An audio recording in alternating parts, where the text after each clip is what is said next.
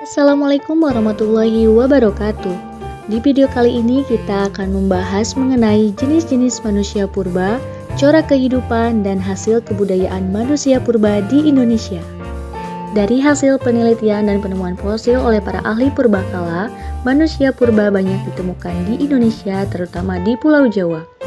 Manusia purba pada masa lampau telah tinggal di beberapa daerah di Pulau Jawa, di antaranya di Lembah Bengawan Solo, Jawa Tengah, dan di Lembah Sungai Brantas, Jawa Timur. Di Indonesia terdapat beberapa jenis manusia purba, di antaranya Meganthropus paleojapanicus, Pithecanthropus erectus, dan Homo. Meganthropus paleojapanicus merupakan manusia purba yang besar dan tertua di Jawa. Ditemukan dan diteliti oleh von Koningswald pada tahun 1936 dan 1941 di Sangiran. Memiliki tubuh yang kekar, rahang dan gerahamnya besar, serta tidak berdagu, sehingga menyerupai kerang. Meganthropus diperkirakan hidup 2 juta sampai 1 juta tahun yang lalu pada masa Paleolitikum atau zaman batu tua. Selanjutnya Pithecanthropus erectus merupakan manusia kera yang berjalan tegak. Pertama kali ditemukan oleh Eugene Du Bois di Trinil dekat Sungai Bengawan Solo, Surakarta tahun 1891. Pithecanthropus ini merupakan manusia purba yang paling banyak ditemukan di Indonesia, di antaranya di Mojokerto, Kedung Trubus, Trinil, Sangiran, Sambung Macan, dan Ngandung. Memiliki ciri-ciri tubuh yaitu tinggi sekitar 165 sampai 180 cm, memiliki rahang bawah yang kuat, memiliki tulang pipi yang tebal, dan berbadan tegak.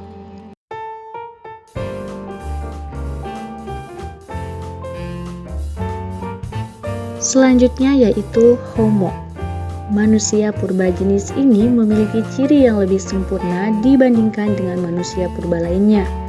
Terdapat beberapa jenis manusia purba Homo, di antaranya Homo wajakensis, artinya manusia dari Wajak, ditemukan pada tahun 1889 oleh Van Richthofen di Wajak, Tulungagung, Jawa Timur. Memiliki ciri-ciri tubuh yaitu berjalan tegak dengan tinggi badan 130 sampai 210 cm. Tengkoraknya lebih bulat, muka tidak terlalu menjorok ke depan, dan telah memiliki kemampuan membuat peralatan dari batu, tulang, dan kayu. Homo soloensis artinya manusia dari Solo, ditemukan pada tahun 1931 sampai 1934 oleh Terhar dan Ir Overnoot di Ngandong, Lembah Sungai Bengawan Solo. Ciri-ciri Homo soloensis yaitu berjalan tegak dengan tinggi badan 180 cm, serta tengkoraknya lebih besar dari Pithecanthropus erectus. Homo floresiensis ditemukan saat penggalian di liang buah Flores oleh tim arkeologi gabungan dari Puslitbang Arkeologi Nasional Indonesia dan University of New England Australia pada tahun 2003.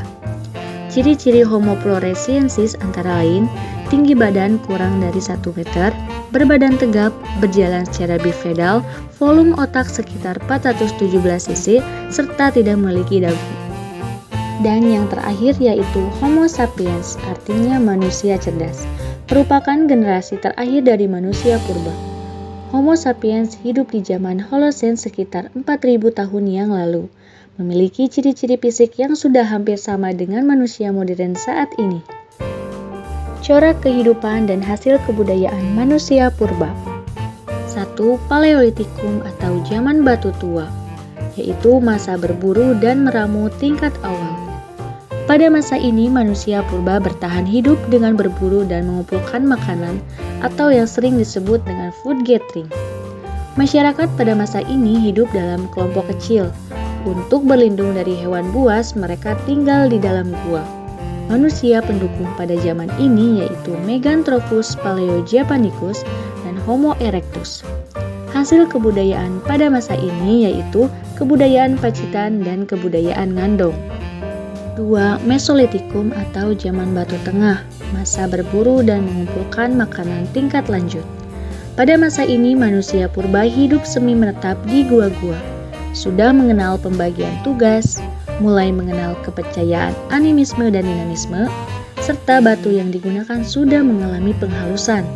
Hasil kebudayaan pada masa ini yaitu Abrishos Roch, yaitu gua yang digunakan tempat tinggal oleh manusia purba, dan Keukenmoninger, yaitu sampah dapur berupa tumpukan kerang yang membatu sehingga menjadi fosil.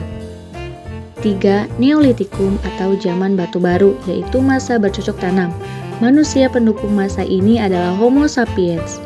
Ciri-ciri masa Neolitikum yaitu hidup mulai menetap dan sudah mengenal cara bercocok tanam. Hasil kebudayaan pada zaman ini yaitu kapak lonjong yang digunakan untuk menebang pohon, kapak persegi yang mempunyai fungsi yang sama dengan cangkul. 4. Megalitikum atau zaman batu besar. Ciri zaman ini yaitu hasil budaya berupa benda-benda batu berukuran besar dan menggunakan berbagai macam bangunan dari batu untuk kepentingan upacara keagamaan. Hasil kebudayaan pada masa ini yaitu menhir, punden berundak, dolmen, sarkofagus, waruga, dan arca batu.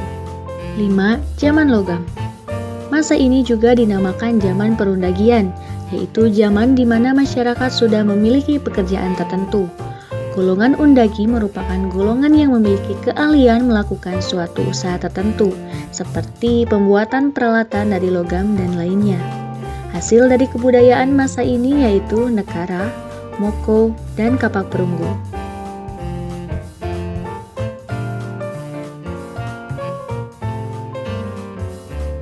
Selanjutnya yaitu sistem kepercayaan manusia purba. 1. Animisme, yaitu suatu kepercayaan terhadap roh nenek moyang maupun roh-roh lain yang mempengaruhi kehidupan mereka. 2. Dinamisme, yaitu kepercayaan terhadap kekuatan alam dan benda-benda yang memiliki kekuatan gaib. 3. Tetoisme, yaitu kepercayaan terhadap binatang yang dianggap suci dan memiliki kekuatan. 4. Syamanisme, yaitu ajaran yang berdasarkan keyakinan bahwa roh yang ada di sekeliling manusia dapat menyusup dalam tubuh seseorang syaman dalam suatu upacara.